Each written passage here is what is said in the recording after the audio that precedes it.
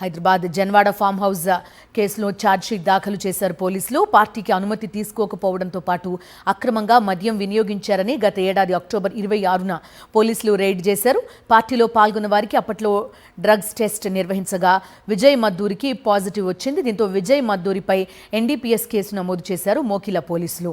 మొత్తం 35 మంది statements record చేసిన పోలీసులు తాజాగా ఈ కేసులో ఛార్జ్షీట్ దాఖలు చేశారు. పూర్తి వివరాలు అందిస్తారు మా కరెస్పాండెంట్ అమర్. చెప్పండి.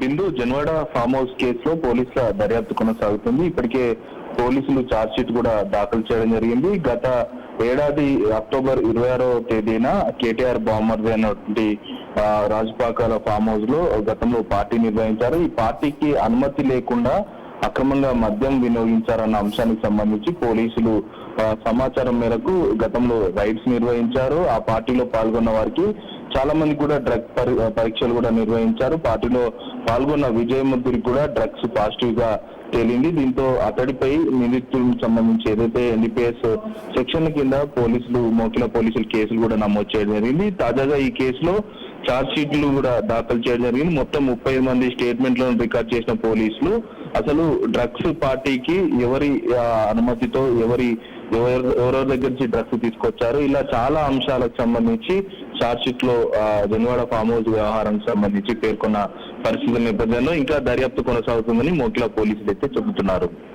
Right Amar, thank you. Hyderabad కూకట్పల్లిలో గంజాయిని పట్టుకున్నారు పోలీసులు.